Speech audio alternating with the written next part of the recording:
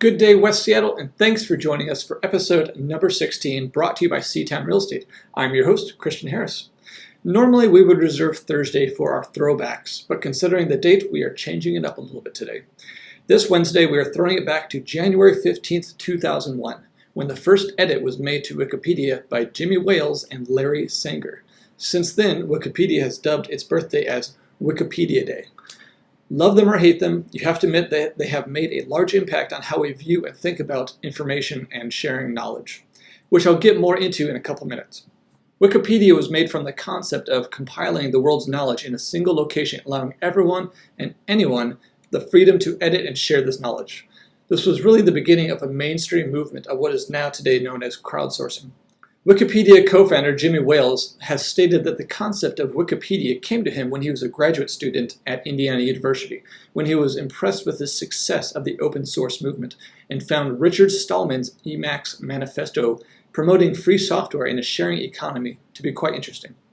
Here are a couple fun facts about Wikipedia. Anyone can edit Wikipedia and become a Wikipedian. There are currently over 35 million Wikipedia accounts, of which 123,000 are actively edited. As of December 2019, Wikipedia articles have been created in over 307 languages. Now, to get back to the idea that I alluded to earlier about how Wikipedia and other similar sites have changed kind of our idea and consumption about information, I want to quote some ideas from one of my favorite and most thought-provocative books that I've ever read. It's called The Next Story, Life and Faith After the Digital Explosion by Tim Challies. So he says that this is a shift from the traditional model of knowledge and authority. Let's take a minute to talk about the downside of such a movement of crowdsourcing information. Wikipedia is the democratization of information, and on Wikipedia, the information is never final or complete and is always changing.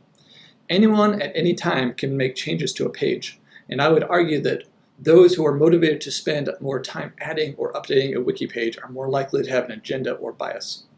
Wikipedia measures truth by consensus, while search engines measure truth by relevance.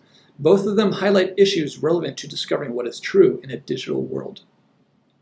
Now, knowledge has typically come from above, from a chosen few, from the experts.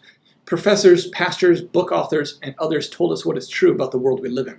But all of this is now shifting in the digital world. It is now the consensus of the masses, crowdsourcing like Wikipedia, social media, and the internet in general, that informs our understanding.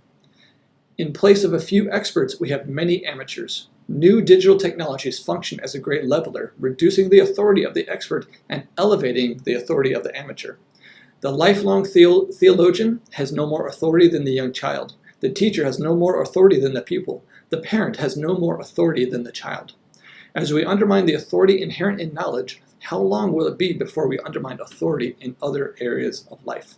He goes on to say, the more important the subject matter, the less you should rely on Wikipedia and other similar sites. So just a little food for thought, kind of weighing out the successes and the pros and cons of crowdsourcing knowledge and information like Wikipedia. So take from it what you will, enjoy today, and have a great rest of your week. Talk to you tomorrow.